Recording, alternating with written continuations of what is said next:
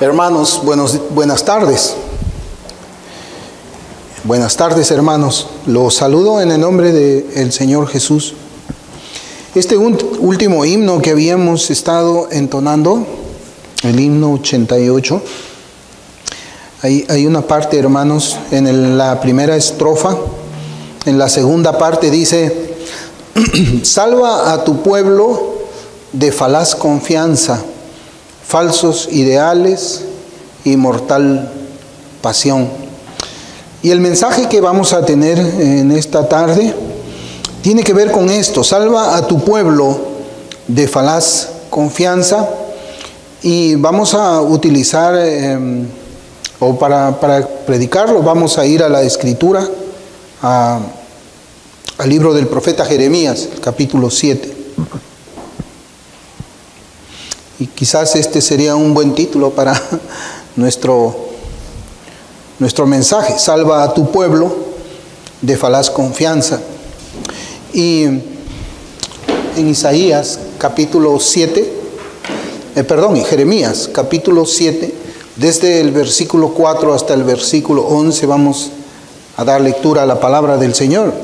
Y para mí, hermanos, es algo tremendo poder predicar acerca del Señor Jesucristo desde el Antiguo Testamento. Y es precisamente la situación que hemos visto en este himnario la que encontramos ahora en el pueblo de Israel. Jeremías capítulo 7, versículos 4 al 11, dice la palabra: no fiéis en palabras de mentira, diciendo: templo de Jehová, templo de Jehová, templo de Jehová es este. Pero si mejoráis cumplidamente vuestros caminos y vuestras obras, si con verdad hiciereis justicia entre el hombre y su prójimo, y no oprimiereis al extranjero, al huérfano y a la viuda, ni en este lugar derramareis la sangre inocente, ni anduviereis en pos de dioses ajenos para mal vuestro, os haré morar en este lugar, en la tierra que di a vuestros padres para siempre. He aquí, vosotros confiáis en palabras de mentira que no aprovechan, hurtando, matando, adulterando, jurando en falso, e incensando a Baal y andando tras dioses extraños que no conocisteis. Vendréis y os pondréis delante de mí en esta casa sobre la cual es invocado mi nombre, y diréis: librados somos para seguir haciendo todas estas abominaciones. Es cueva de ladrones delante de vuestros ojos esta casa sobre la cual es invocado mi nombre. He aquí, también yo lo veo, dice Jehová. Algo que quería compartirles, hermanos, es que pues el viernes pasado, hace 2 días, yo estuve meditando en este pasaje de las Sagradas Escrituras, que lo compartí con unas hermanas que fueron a visitar a mi casa el viernes pasado, como les digo. Pero en esta oportunidad yo quiero compartirlo de una manera más profunda con la iglesia del Señor que se ha reunido esta tarde. Es predicar a Cristo desde las Escrituras del Antiguo Testamento. Es siempre cuando yo leo en la Biblia que aquellas cosas que se escribieron en el pasado son para nuestra edificación, son para nuestra amonestación. En los tiempos en que nosotros estamos viviendo, es bueno que meditemos en estos temas que estamos viendo, de ser engañados o tener una paz falsa en estos días. Y la Escritura, hermanos, es como un médico, yo lo veo. Hace un momento estaba conversando con el hermano Rodolfo acerca de la visita al médico que tuve la semana pasada, y pues el médico no me dijo nada. Solamente estuvo revisando los resultados de los rayos X y todo, pero yo esperaba que me diga algo, que me hiciera un diagnóstico. Yo le comenzaba a hablar un poco más de cómo es que yo estaba comenzando a sentir algunos síntomas, pero no me dijo absolutamente nada. Y pues yo le decía al hermano que pues es para mí algo muy raro. Pero bueno, yo veo la Biblia así como un médico. Yo creo que la Biblia es así como podríamos nosotros estar leyendo un vademecum que habla acerca de los de los síntomas de las enfermedades en el cuerpo. Muchas veces también yo creo que podemos leer la Escritura y podemos notar allí los síntomas que pueden estar enfermando nuestras almas, o que pueden decir que nuestras almas no están caminando bien. Pueden traernos también consuelo cuando nosotros estamos atravesando tribulaciones, pruebas, cuando estamos enfrentando problemas. Podemos encontrar en la Escritura también toda la sabiduría de Dios que habla acerca de la confianza que tenemos nosotros de que verdaderamente hemos sido llamados por Cristo, hemos sido regenerados por el Señor, de que tenemos nueva vida y que verdaderamente vamos a ir nosotros hacia el cielo. La lectura sencilla del texto nos describe a nosotros la difícil carga que Dios había puesto sobre los hombros del profeta Jeremías, porque nos enseña del terrible estado espiritual de esta nación. Una nación que, yo digo, hermanos, había perdido por completo la brújula espiritual que Dios había proveído para el pueblo por medio de su palabra escrita. Y que ellos, aunque conocían al Dios verdadero, habían escuchado del Dios Jehová de los ejércitos por medio de la palabra, por medio de la tradición oral, por medio de las escrituras que estaban narrando todas esas maravillosas cosas que Dios había hecho en la vida de este pueblo. Ellos se habían inventado una forma de religión donde mezclaban el pecado escondido con la religión pública o la forma externa de religión. Este mensaje, cuando yo lo estaba hablando el día viernes, utilicé solamente unos 15 minutos y fue directamente al punto mi exposición, porque fue una exposición lo que yo hice ahí acerca de este mensaje. Abrió, hermanos, yo creo que las mentes y los corazones de quienes estaban escuchando, e inmediatamente yo me di cuenta de que ellos estaban procurando indagar acerca de su vida espiritual, sin hacer una exposición muy profunda, elaborada, ¿no?, con notas y todo, simplemente hablándoles con mi corazón acerca de la situación de este pueblo. Inmediatamente ellos reconocieron y llevaron a sus vidas, a sus propias vidas, a la realidad actual, lo que Dios también tiene para nosotros. Predicar del Antiguo Testamento, hermanos, a nosotros nos enseña mucho acerca del Señor Jesús. Aquí nosotros podemos observar primeramente que este pueblo estaba poniendo su confianza en el templo. Pero el templo de Jerusalén era una sombra de Cristo.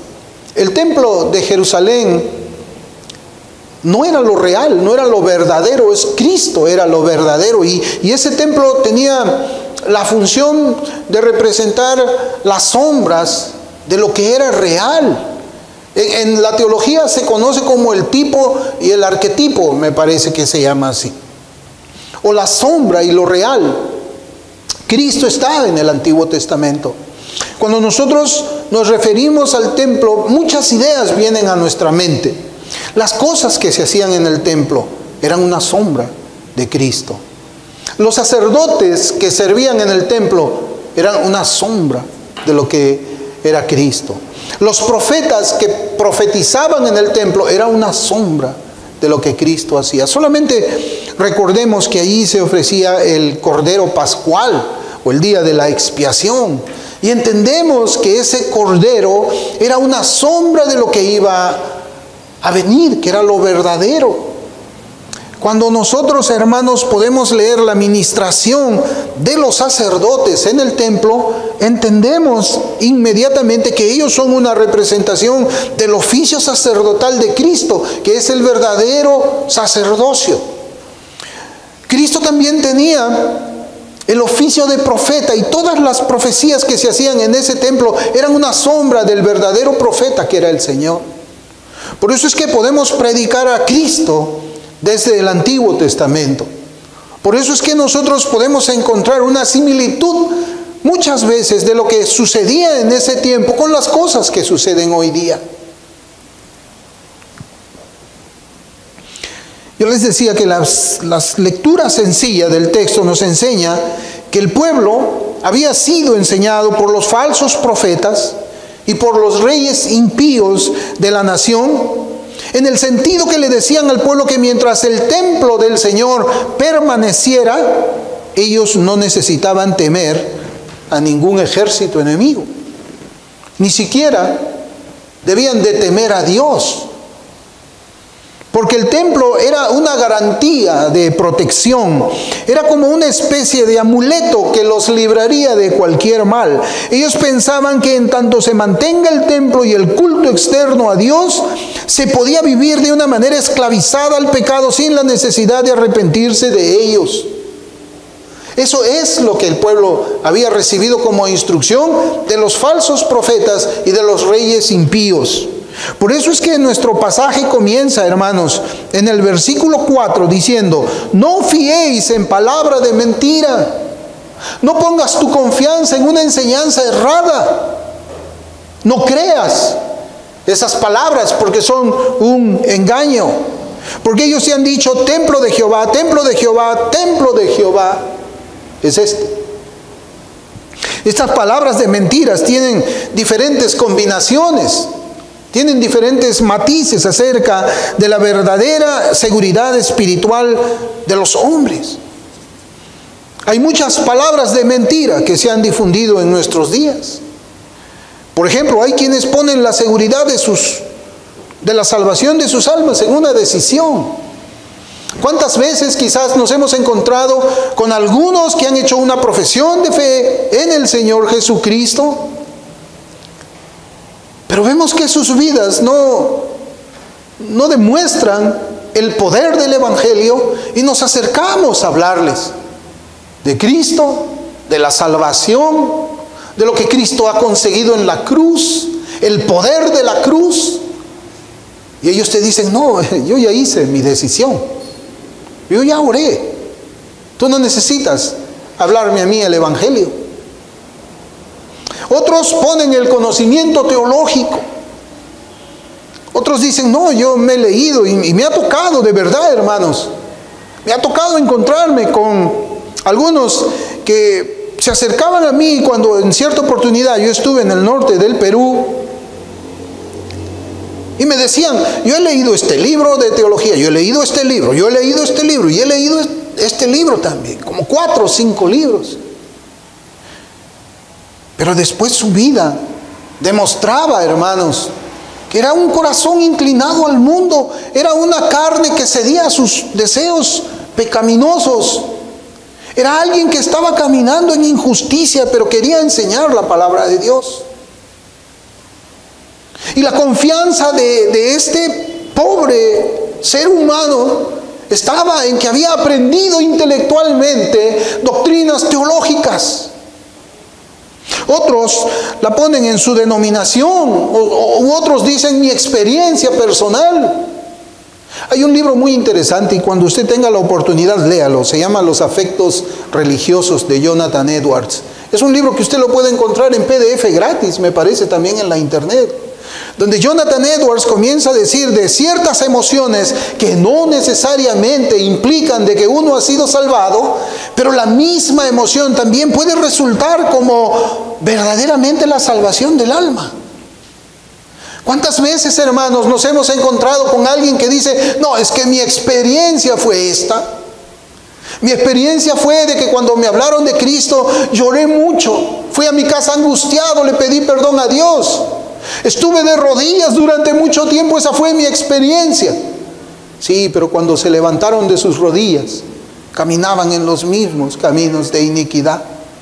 Y cuando uno quiere hablarles del poder de la cruz: no, yo tengo mi experiencia, yo ya pasé por mi experiencia, yo lloré, yo oré, yo hice esto, mi corazón me dolió, casi me da un paro cardíaco, esa es mi experiencia, y por lo tanto yo confío en que yo soy salvo, a pesar que dan mal frutos. Otros tienen confianza en su fe. Otros dicen: yo tengo una fe grande, yo tengo una fe poderosa, yo siempre tengo mucha fe. Pero es que esa no es la prueba de que tú eres salvo. La prueba es que tú has puesto tu confianza en Cristo, no en tu fe. Porque tu fe no te salva. La confianza o la fe en tu fe no es salvación necesariamente para tu alma. Es Cristo. Es la confianza en el Señor. Es la fe en Él. Otros dicen, bueno, es que yo asisto a una iglesia de sana doctrina donde se predica el Evangelio. Hermanos, hace tiempo cuando yo estuve por allá, por el país del norte, había una encuestadora que decía, pues usted sabe que tal vez los norteamericanos se consideran pues todos cristianos. Y había una encuesta que decía, ¿y usted por qué se considera que es cristiano? Y ellos decían, bueno, yo soy cristiano porque voy a una iglesia. Yo soy cristiano porque mi papá y mi mamá son cristianos. Yo soy cristiano porque he nacido en los Estados Unidos y los Estados Unidos es una nación cristiana. Pero ¿saben cuándo fue que ellos se sintieron removidos? Porque hubo una segunda pregunta. La segunda pregunta es, ¿ha nacido usted de nuevo? Y solamente un 10% respondieron que sí. Mientras que un 90% decían que sí, que eran cristianos por alguna razón distinta a lo que la Escritura enseña. Las palabras, pues, del falso profeta para aquellos que han hecho una profesión de fe, pero que a la vez disfrutan de los placeres del mundo y de la carne, o que andan en iniquidades, en mentiras, en hipocresías, cualquier pecado, hoy es la misma. No te preocupes. Estás seguro. No te preocupes. Estás seguro. Aunque esa persona no demuestras de devoción a Dios, no demuestras de temor a Dios, aunque esa persona no tiene ninguna vergüenza en esconder sus debilidades carnales, se les dice, no te preocupes, no te preocupes. Templo de Jehová, templo de Jehová, templo de Jehová. Sin embargo, Jeremías hace una exhortación al pueblo. A ese pueblo, Jeremías le hace diversas exhortaciones, hermanos. Y curiosamente nosotros podemos ver de que en este ministerio del profeta Jeremías, ninguno se convirtió de su predicación. Ninguno se convirtió, hermanos. Pero miremos, en Jeremías 6:14 dice, y curan la herida de mi pueblo con liviandad, diciendo, paz, paz, y no hay paz. Jeremías 8:11 dice igual, y curaron la herida de la hija de mi pueblo con liviandad, diciendo paz, paz, y no hay paz, no hay paz. De allí la advertencia que leímos en esta tarde, el versículo 8 del capítulo 7 dice, he aquí vosotros confiáis en palabras de mentira que no aprovechan. Con estas palabras el profeta Jeremías le dice a la nación que el templo no podía librarlo de los juicios de Dios como consecuencia de sus pecados. No podían. El templo no era ningún amuleto. El templo no era ningún escudo, no era ninguna protección sobre la cual ellos debían poner su confianza y evitar la destrucción de sus almas. No era. Lo que nos enseña este mensaje, en primer lugar, es que la devoción religiosa jamás aplacará la ira de Dios a causa de nuestros pecados. La devoción religiosa no aplaca la ira de Dios. Alguien que piensa de esa manera demuestra claramente que no es un creyente verdadero. Hace evidencia que su conversión es falsa. ¿Cómo puede vivir un creyente cometiendo iniquidades y pecados sin arrepentirse por ello? ¿Dónde queda la nueva criatura? ¿Dónde queda el restablecimiento de la imagen de Cristo en el redimido? ¿Dónde queda la vida nueva en Cristo?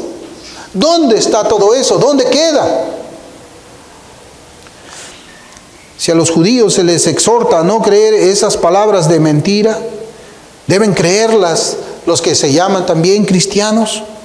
Vamos a creer que por venir al servicio los domingos aplacaremos la ira de Dios por nuestros pecados. Yo no estoy diciendo que está mal venir a congregar. El Señor nos manda a congregar a todos los creyentes. En Hebreos lo enseña claramente, no dejando de congregarse. ¿Y por qué? Porque el cristiano busca congregar. El cristiano busca a otros, voy a decirlo, de su misma especie. Busca a aquellos que tienen una misma mente, tienen un mismo corazón, tienen la misma visión de Dios, tienen la misma visión de la santidad, de la justicia, de la rectitud. Y busca estar con ellos para adorar al Señor. Es parte de la naturaleza, por eso es que usted puede ver que los leones no cazan junto con las hienas. Los leones están por acá, las hienas están por acá, los leones están por allá, los leopardos están por allá. Cada uno está juntado con su especie. Pero lo que yo les digo es que no necesariamente el punto es decir, tengo que congregar para ser salvo. O tengo que congregar para que mis pecados sean perdonados. O tengo que congregar para que la ira de Dios sea aplacada. O tengo que congregar para evitar el castigo de mi alma. Eso era lo que creían ellos. Eso era lo que ellos creían. Ellos creían que mientras vayan al templo y en el templo estén haciendo todas las cosas ordenadas por la ley de Moisés, no importaba la forma como ellos vivían.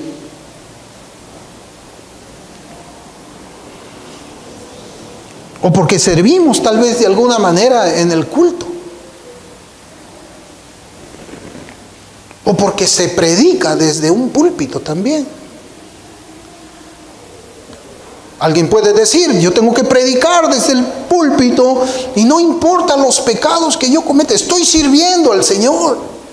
Estoy ministrando la palabra de Dios, estoy comunicando la palabra de Dios al pueblo, entonces no importa cómo yo vivo.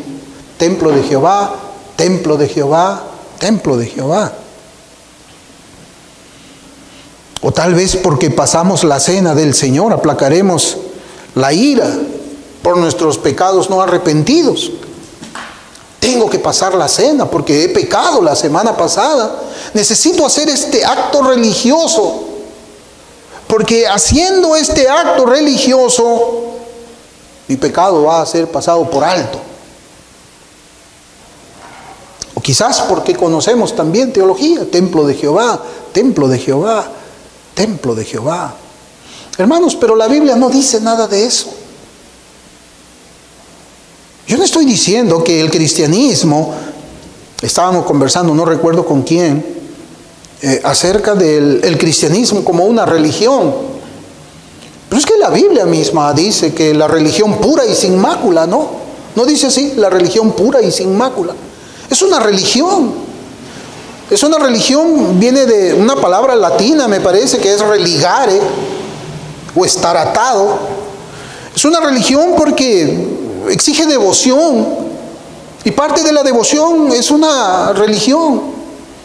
Tenemos que congregar, tenemos que celebrar la Santa Cena, tenemos que celebrar el bautismo, tenemos que hacer muchas cosas, tenemos que predicar el Evangelio, tenemos que hacer muchas cosas que Dios nos demanda por medio de su palabra. Por eso es que es una religión, pero la religión no salva.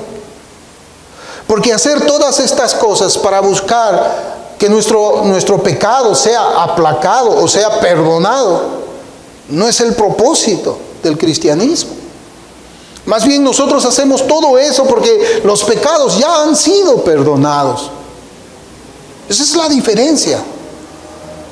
La consagración de nosotros hacia Dios en todas estas cosas, en todos estos deberes, es la consecuencia de que Dios ya puso un corazón recto en cada uno de nosotros, y por esa razón hacemos lo que hacemos. Servimos al Señor por esa razón, no para conseguir que su ira sea aplacada, sino porque su ira ya ha sido aplacada. Pero no por las obras religiosas que hacemos, sino han sido perdonados los pecados en Cristo.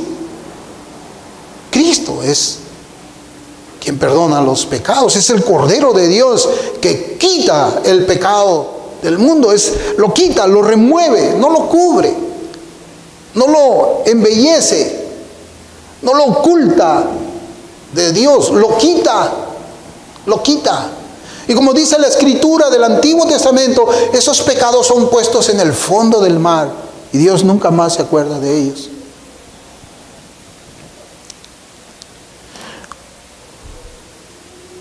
Una gran mentira del diablo es hacer creer que si ya te arrepentiste una vez para ser salvo, ya no necesitas seguir arrepintiéndote y llevar una vida recta y justa. Y que los pecados que vienes cometiendo han sido cancelados por ese primer y único arrepentimiento. Pero es que la vida cristiana no es así. En Primera de Juan leemos que aquel que dice que no tiene pecado lo hace a Dios mentiroso. Es decir, nosotros cometemos pecados, pero no de la forma como es que peca aquel que está sin Cristo. Porque a veces dicen, bueno, todos somos pecadores, ¿no? Todos somos pecadores. Sí, pero el cristiano comete un pecado que es distinto al que está sin Cristo. El cristiano no anda detrás de las concupiscencias de la carne. El cristiano no anda anhelando lo que el mundo le ofrece. El cristiano no anda matando, no anda adulterando, no anda en todas esas cosas que están en los 10 mandamientos y que nos enseñan que son abominables para el Señor. No andamos así. El cristiano no anda deshonrando a su papá, a su mamá. Lo honran. El cristiano tiene una clase de pecado que es distinta. Esa clase de pecado está relacionado más con nuestros deberes cristianos, cuando le fallamos al Señor. La Escritura dice en Samuel, no recuerdo en cuál libro, dice el profeta, en un momento él dice, lejos esté de mí pecar contra Jehová, dejando de hacer intercesión por ustedes. ¿Qué está diciendo ahí Samuel? De que dejar de orar es pecado. Lejos esté de mí pecar contra Jehová, dejando de interceder, dejando de orar. Ese es el pecado que el cristiano comete, que es distinto. El incrédulo no peca así porque el incrédulo no ora. El cristiano peca cuando, por ejemplo, desobedece al Señor en el mandamiento que hemos estado hablando de congregarse. El cristiano no congrega, está pecando. Está pecando. Pero el incrédulo no peca así porque el incrédulo nunca congrega. El pecado del incrédulo es distinto al pecado del creyente. Y eso es algo que nosotros tenemos que entender, porque yo me doy cuenta de que el diablo es muy astuto y quiere poner en una misma bolsa a un cristiano y a un incrédulo y dice, pues sí, todo el mundo peca. No hay hombre en la tierra que no peque, dice la Escritura. Es cierto. Pero el pecado de nosotros es distinto al pecado del que está sin Cristo. No son cancelados porque nosotros hagamos las cosas que Dios dice en la carne. Pero nuestro pasaje nos enseña pues que ningún acto religioso o de devoción a Dios puede ayudar al ser humano contra un pecado no arrepentido. Y el profeta Samuel, mire cómo lo dice en Primera de Samuel capítulo 15, versículo 22, dice, y Samuel dijo, se complace Jehová tanto en los holocaustos y víctimas, como en que se obedezcan a las palabras de Jehová. Ciertamente el obedecer es mejor que los sacrificios, y el prestar atención que la grosura de los carneros. Dios demanda más que los sacrificios. El Señor le dijo a sus discípulos, si tu justicia no es mayor que la de los fariseos, no vas a entrar al reino de los cielos. ¿Y qué significa que nuestra justicia sea mayor que la del fariseo? El fariseo procuraba cumplir la ley de Moisés en su carne, en su fuerza. El cristiano la cumple desde su corazón. Porque ahí está implantado el principio de justicia, el principio de rectitud, el principio de integridad. Toda nuestra obediencia fluye del corazón, del corazón. El cristiano es una nueva criatura. Yo ese día viernes estaba poniendo un ejemplo que quiero compartirles de una manera muy rápida para entender por qué el cristiano es cristiano y actúa como cristiano. Cuando había yo hablado, estaba comentando acerca de este texto de Jeremías 7 y quise hablar acerca de cómo es la naturaleza de un cristiano, yo le pregunté a una hermana y le dije, ¿qué plato de comida es el que no le gusta a usted? Y bueno, la hermana tenía así algunas dudas, parece que le gustaba mucho toda la comida, ¿no? Y eso es bueno. Pero yo le dije, hay ciertos platos que a mí no me gustan verlos. Y yo le mencioné 2 platos que no me gusta ver. El caldo de cabeza de carnero no me gusta. Y tampoco uno que se llama chambar, no sé si ustedes han escuchado. No me gusta.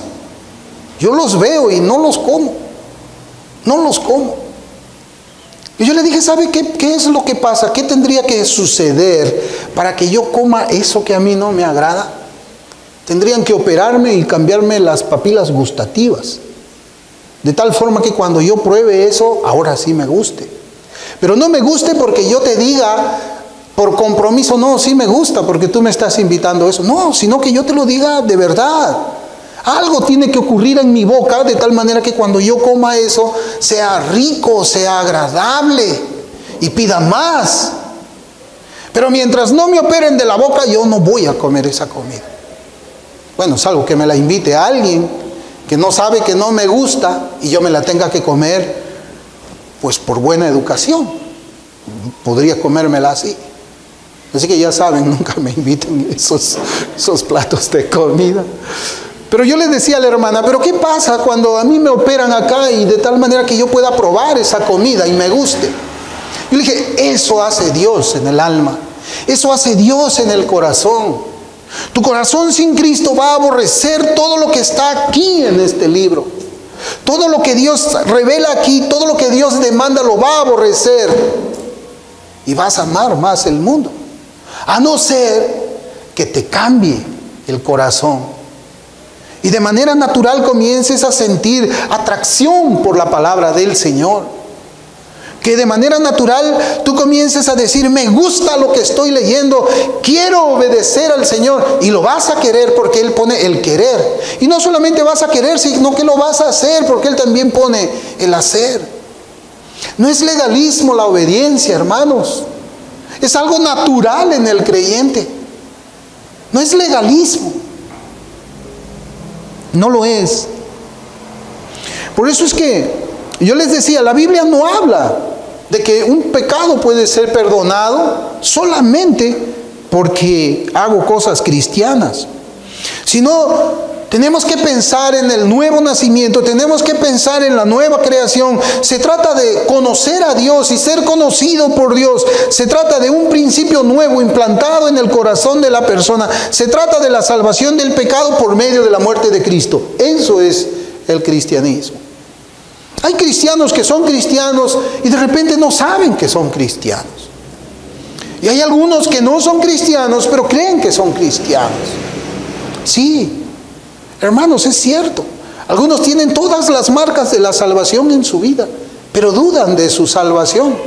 Recuerde que John Bunyan fue uno de esos. John Bunyan escribió un libro que, siempre me olvido. Gracia abundante creo que se llama, para el más grande de los pecadores. Creo que así se llama. Y ahí usted comienza a leer todos, podemos decir,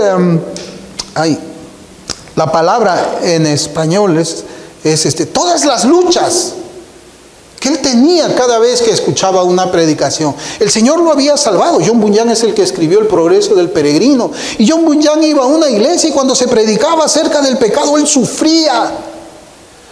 Cuando él veía la pecaminosidad del pecado y veía todavía su propia vida, él decía, no soy salvo. Y tenía esa lucha y esa lucha y esa lucha, pero él había sido salvado. Él no tenía la seguridad de su salvación, que es algo diferente. Porque él de corazón obedecía a Dios, él de corazón temía al Señor. Él cumplía los mandamientos del Señor porque de su corazón nuevo le emanaba ese impulso nuevo de la obediencia y la separación del pecado. Ningún acto religioso, hermanos. Por eso es que Primera de Samuel, como hemos leído, ¿no? Dice así, se complace Jehová tanto de los sacrificios. Y el Salmo también, mire cómo es que el rey David confiesa su pecado en el Salmo 51, versículos 16 y 17. Él dice, porque no quieres sacrificio, que yo lo daría. No quieres holocausto. Los sacrificios de Dios son el espíritu quebrantado. Al corazón contrito y humillado no despreciarás tú, oh Dios. David no está diciendo que él ya no iba a cumplir la ley de Moisés en cuanto a los sacrificios, sino que a Dios le agrada más un corazón contrito, un corazón humillado por el pecado. Bienaventurados los que lloran, bienaventurados los que tienen hambre, bienaventurados los que tienen sed. Luego vienen los holocaustos, ya después que uno es salvado. Luego vienen todos esos deberes religiosos que Dios demanda de cada uno de su pueblo. Pero primero es la salvación. Primero es el perdón de los pecados. Primero es eliminar esa enemistad con Dios. Primero es eso. Hoy día pues tenemos una iglesia profesante que no tiene temor de las consecuencias de sus pecados. Ellos, estos hombres, estos judíos, habían sido predicados, habían sido enseñados de tal manera que ellos ya no tenían temor en su corazón por las consecuencias de sus pecados. Ellos solamente pecaban, iban al templo y decían: templo de Jehová, templo de Jehová, templo de Jehová. Hasta suena como una fórmula mágica. Hasta suena como si con simples palabras uno pudiese borrar las consecuencias de nuestros pecados sin arrepentimiento. A ese pueblo y a esta iglesia se les ha enseñado que hay algo que ellos hicieron o hacen que les da carta libre para pecar groseramente y no preocuparse de ningún castigo. ¿Qué es lo que el Señor busca de su pueblo? Y esta es una pregunta crucial. Es una pregunta crucial, porque una respuesta bíblica pondrá sobre la superficie una medida que la Escritura provee, que puede ser utilizada para probar si nosotros verdaderamente estamos en Cristo. Por ejemplo, 2 de Corintios 16:9, este versículo, yo me acuerdo, fue uno de los primeros que yo me aprendí porque estaba leyendo un libro de Oswald Sanders. 2 de Crónicas 16:9 dice: porque los ojos de Jehová contemplan toda la tierra para mostrar su poder a favor de los que tienen corazón perfecto para con Él. ¿Usted se puede imaginar cuál es el sentido de este versículo? Es un sentido de búsqueda. Los ojos del Señor están recorriendo toda la tierra para buscar a quién en toda la tierra, para buscar a alguien que tiene corazón perfecto con Él. Eso es lo que enseña este versículo. Eso es lo que le agrada al Señor. Al Señor le agrada los hombres, las mujeres que tienen un corazón perfecto para con Él. Salmo 51:6, donde está la confesión de David por el pecado que había cometido contra Betsabé, dice: he aquí, tú amas la verdad en lo íntimo. Tú amas la verdad en lo íntimo. Salmo 84:11 dice: porque sol y escudo es Jehová Dios, gracia y gloria dará Jehová, no quitará el bien a los que andan en integridad. Proverbios 28:18 dice: el que en integridad camina será salvo, mas el de perversos caminos caerá en alguno. ¿Qué es lo que demanda o qué es lo que busca el Señor en su pueblo? Busca un corazón recto, un hombre que tenga corazón recto. Cristo ama y busca la verdad en lo íntimo del hombre, en el corazón del hombre. Y Cristo también ama a los que andan en integridad y les hará bien. Nuestro pasaje de Jeremías, los versículos 9 y 10 dicen: hurtando, matando, adulterando, jurando en falso e incensando a Baal y andando tras dioses extraños que no conocisteis. Vendréis y os pondréis delante de mí en esta casa sobre la cual es invocado mi nombre y diréis: librados somos para seguir haciendo todas estas abominaciones. ¿Sabe qué es lo que creía este pueblo? Mire ese versículo 9, hermanos. Es un versículo muy feo. Habla de pecados bastante horribles. Hurtaban, mataban, adulteraban, juraban en falso, quemaban incienso a dioses extraños. Son pecados muy feos. Y después de cometer estos pecados, el versículo 10 dice que ellos iban delante del Señor. iban a congregarse, iban a hacer actos religiosos. Ellos creían que un poco de buenas obras les daba licencia para cometer pecados. Ellos creían que verdaderamente era una licencia, era un permiso de Dios, o que Dios solamente requería que nosotros congreguemos, que nosotros hagamos obras religiosas y después no interesa cómo tú vivas. Ya cumpliste, ya la hiciste. Mírame, ya estás camino al cielo.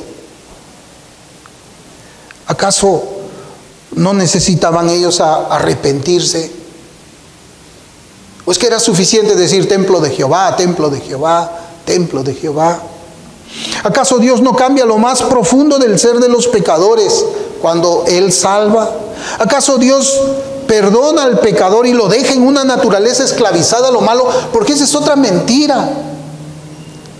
Y se ha dividido el poder del Evangelio, hermanos. Y solamente se predica así por el Evangelio. Cuando tú aceptas el Evangelio, Dios te perdona tus pecados. Sí, pero recuerde usted que el ángel Gabriel le dijo a María que ella iba a dar a luz y le pondrás por nombre, en Mateo 1, y le pondrás por nombre Jesús, porque Él salvará a su pueblo de sus pecados. Él no los va a dejar en pecado, Él lo va a salvar del pecado. Y esa es la parte que muchas veces no se predica. Dios no te deja Dios no te perdona y te deja con una naturaleza pecadora. No. Dios te perdona, pero te cambia la naturaleza. Te hace un hombre bueno, íntegro. Te hace alguien de un corazón perfecto. ¿Cómo puede habitar el Espíritu Santo en una persona que vive de esa manera? Hay cierta clase de predicación y ejemplo de vida, porque no es solamente la predicación, es el ejemplo de vida. El pastor es el ejemplo del rebaño.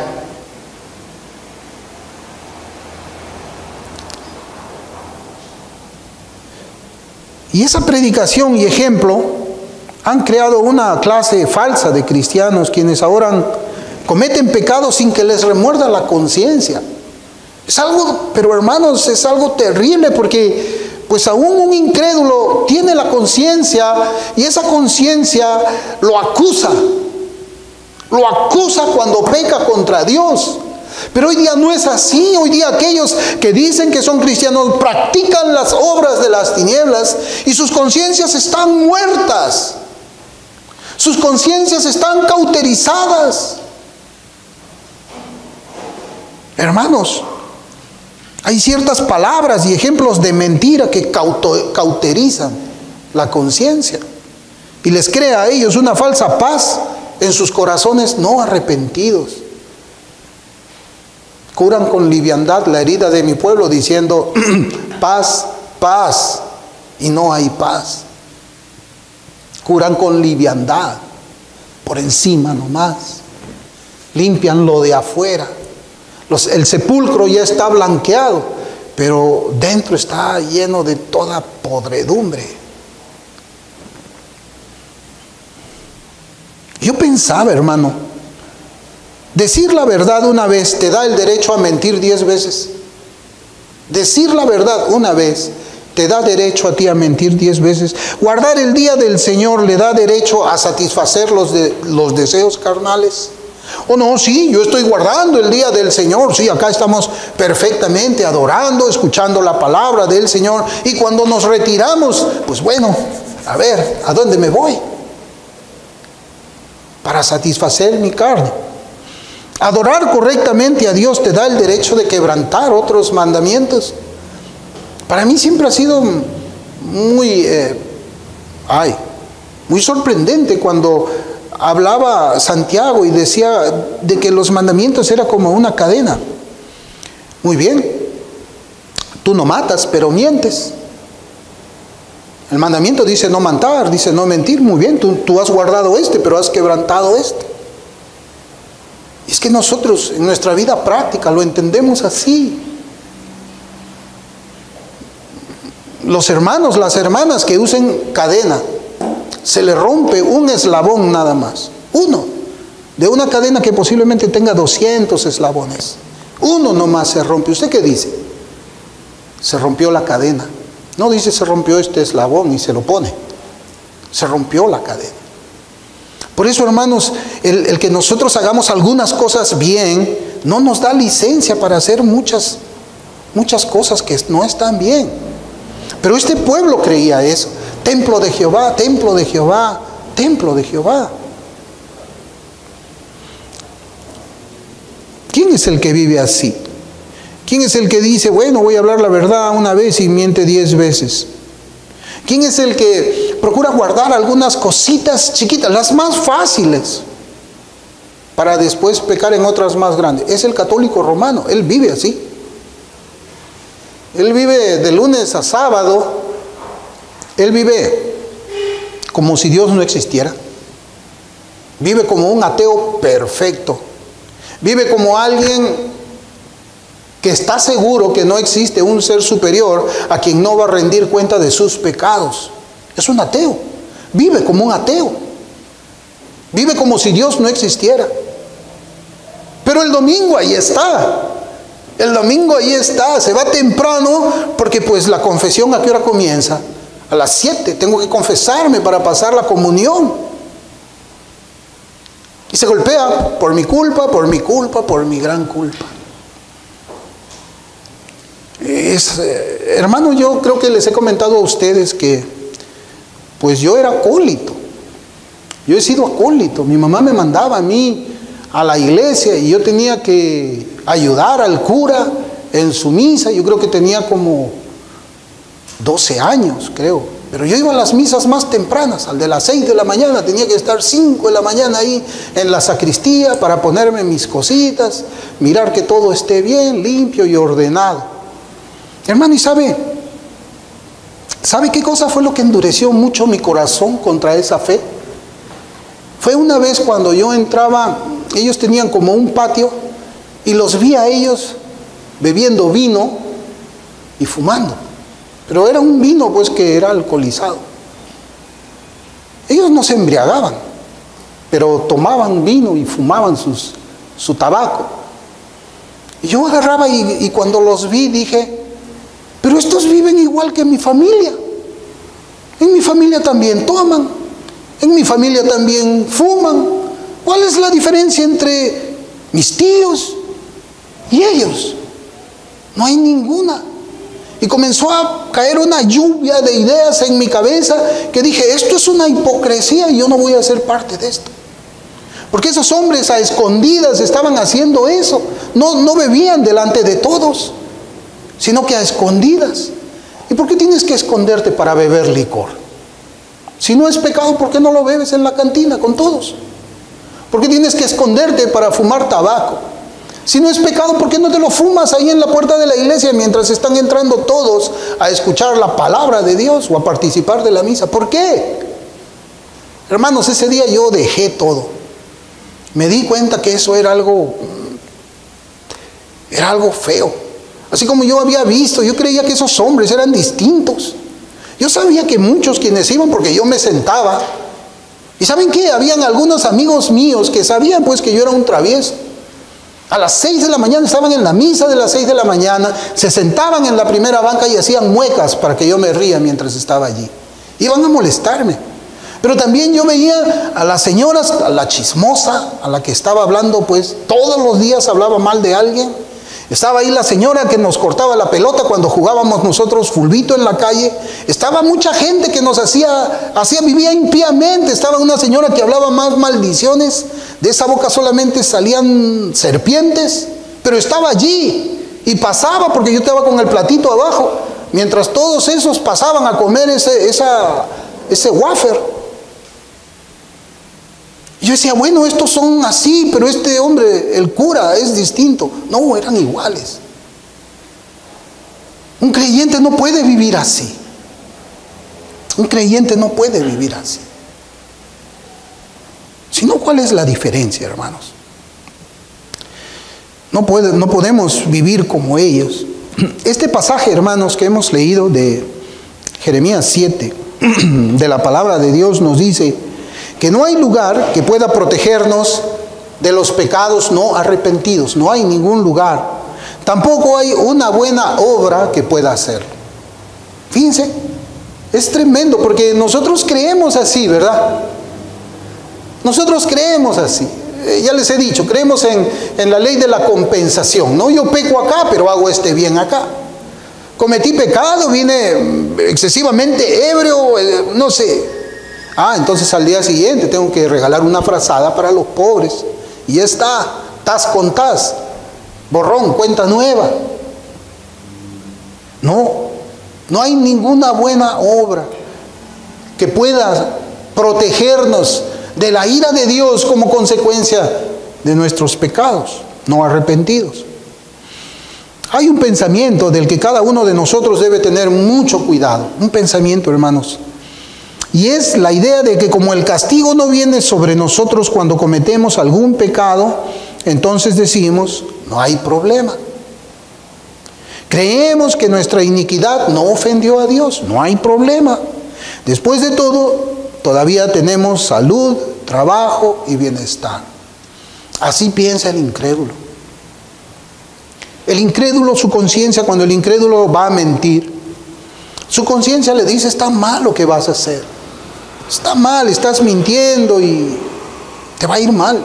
Su conciencia le dice que moralmente eso es incorrecto, pero va y miente. Y después que miente, él tiene conciencia que ha pecado, pero se queda así un rato. Dice, a ver, no me pasa nada, ya he mentido, no me cae ningún rayo de Dios. Mira, no me pasa nada.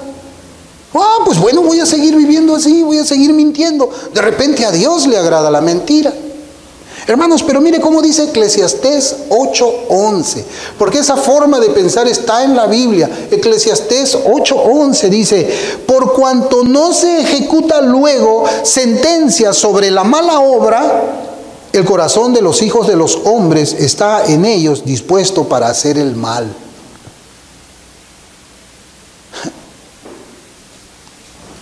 Ahí está. ¿Cuántas veces? Y yo se lo digo porque el Señor me ha salvado a mí a los 40 años. Y yo he sido bien mundano. He sido un hombre que ha vivido borracheras, ¿no? Tal vez mi mayor pecado ha sido ese. Hablaba algunas palabras sucias algunas veces también. No mucho, pero las hablaba. Y ¿saben qué? Yo nunca, yo sabía que eso estaba mal porque, como les dije, yo en algún momento tuve la oportunidad de leer un poquito de la Biblia o lo que escuchaba yo que hablaban. Cuando hablaban de los 10 mandamientos de mentir, sí, era contrario a la voluntad de Dios. O cuando hablaban de la embriaguez, también estaba, ellos decían eso es pecado. Pero bueno, nunca se ejecutó la sentencia contra mí. Además, beber era algo normal porque yo veía eso en mi familia, ¿no? No es que ellos eran alcohólicos, pero yo sí me volví alcohólico. Pero nunca vino una sentencia inmediata contra mí porque yo sabía que eso estaba mal delante de Dios, pero tal vez para aquietar mi conciencia hubo un momento en que me declaré hasta ateo. Yo me declaré ateo, hermanos. Yo negué la existencia de Dios. ¿Y saben para qué negaba yo la existencia de Dios? Para que mi conciencia ya no me remuerda. Para yo mismo decir, bueno, no hay nadie a quien rendir cuentas, yo vivo como quiero la vida. Yo disfruto todo lo que el pecado me puede ofrecer acá. Por eso es que otros han llegado a creer que como la sentencia sobre la mala obra no se ejecutó de inmediato por el pecado cometido, entonces se debe hacer una buena obra para compensar ese pecado, o quizás no es necesario hacer nada, porque al parecer Dios se ha olvidado de ello. Eso es lo que podemos ver en este pueblo que hurtaba, en este pueblo judío. Ellos hurtaban, mataban, adulteraban, juraban en falso, incensaban a Baal, andaban tras dioses extraños que no conocieron, pero estaban allí, vivos y tranquilos, porque no hubo ningún castigo inmediato sobre sus malas obras. ¿Y sabe por qué no había un castigo inmediato sobre sus malas obras? Y a veces confundimos nosotros, hermanos. Confundimos la paciencia de Dios que debe de llevarnos al arrepentimiento con consentimiento. Paciencia con consentimiento. Sí, se confunde eso. Nosotros decimos, bueno, yo aquí he pecado, no hay consecuencia inmediata por mi pecado, entonces yo digo, bueno, Dios está consintiendo esto. No, Dios está siendo paciente para que tú te arrepientas, para que el ser humano se arrepienta, para que yo me arrepiente. Pero eso fue solamente por un tiempo. Esa paciencia que Dios tuvo fue solamente por un tiempo que Dios les había concedido para que se arrepientan y se vuelvan a Dios, lo cual ellos no hicieron. Por eso es que Jeremías también en ese mismo capítulo 7, versículo 20, les habla y les dice: por tanto, así ha dicho Jehová el Señor: he aquí que mi furor y mi ira se derramarán sobre este lugar, sobre los hombres, sobre los animales, sobre los árboles del campo y sobre los frutos de la tierra. Se encenderán y no se apagarán. Llegó un límite para la paciencia de Dios. No era complacencia. Dios no estaba callado ante el pecado de ellos. Dios no lo estaba aprobando tampoco. Simplemente Dios en su paciencia estaba esperando que ellos se arrepientan. Pero la paciencia de Dios tiene un límite. Dios no va a tener paciencia toda la vida con nosotros. Dios no va a tener paciencia con los pecadores por siempre. Dios está callado, Dios no ejecuta la sentencia, porque Él espera que tú te arrepientas de tus pecados, si es que no conoces al Señor, si es que no has sido salvado. Tu pecado no va a quedar impune. Va a haber una sentencia y va a haber un día, de acuerdo a esta palabra, en que Dios va a decir: hasta acá llegaste. Hoy día yo voy a cumplir mis juicios, porque Dios cumple sus juicios. Yo quisiera citar 3 pasajes del Nuevo Testamento para ir terminando nuestro sermón. Yo les había dicho que Cristo era una sombra de ese templo. Mire cómo dice la Escritura. Juan capítulo 2, versículos 19 y 21 al 21. Respondió Jesús y les dijo: destruid este templo y en 3 días lo levantaré. Dijeron luego los judíos: en 46 años fue edificado este templo, ¿y tú en 3 días lo levantarás? Mas él hablaba del templo de su cuerpo. Hebreos capítulo 8, versículos 1 y 2. Ahora bien, el punto principal de lo que venimos diciendo es que tenemos tal sumo sacerdote, el cual se sentó a la diestra del trono de la majestad en los cielos, ministro del santuario y de aquel verdadero tabernáculo que levantó el Señor y no el hombre. El verdadero templo que levanta a Dios, no el hombre. Y Apocalipsis 21, 22 es tremendo, hermanos. Dice: y no vi en ella, está hablando de la Jerusalén del cielo, y no vi en ella templo. No vi templo. Porque el Señor Dios Todopoderoso es el templo de ella y el Cordero. O sea, Cristo es el templo. No es una estructura de cemento, fierro, techo y piso lo que te va a salvar del pecado. Eso era una sombra. Es Cristo. Cristo es el templo, Cristo es el refugio, Cristo es el escudo que te puede proteger en el día de la ira. ¿Y cómo te protege? Limpiando tus pecados, quitándolos. Estos 3 versículos afirman que el templo era una sombra de lo real. Cristo es el verdadero templo. El templo en Jerusalén era nada más que una figura del templo. Cristo era la sustancia, así se le conoce en teología también. En Cristo hay verdadera salvación para nuestras almas. Hermanos, el lugar donde nos reunimos en esta tarde no le puede ofrecer nada con respecto al bienestar de su alma. Solamente es un medio por el cual podemos reunirnos para ofrecerle nuestro amor sincero a Dios. Es el lugar donde nos reunimos para adorarle y buscar la comunión con Dios. Todo lo que hacemos aquí cada domingo son el medio para que podamos disfrutar de nuestro Salvador como pueblo de Dios. Esto es un medio. Aquí no hay salvación. La salvación está en Cristo. Yo quisiera preguntarle si usted se ha arrepentido de sus pecados y ha puesto su confianza en Cristo. Usted no puede vivir compensando buenas obras con malas obras. Usted tiene que arrepentirse y pedirle perdón a Dios. Cualquier otra manera de tratar con el pecado es una mentira del diablo. La religión no salva. La religiosidad no salva. Cristo es el Salvador. Cristo es el refugio. No digamos, la esperanza que ellos tenían estaba puesto en lo que era la sombra. Templo del Señor, templo del Señor, templo del Señor. Eso era la sombra. Las religiosidades que ellos hacían dentro de ese templo era una sombra.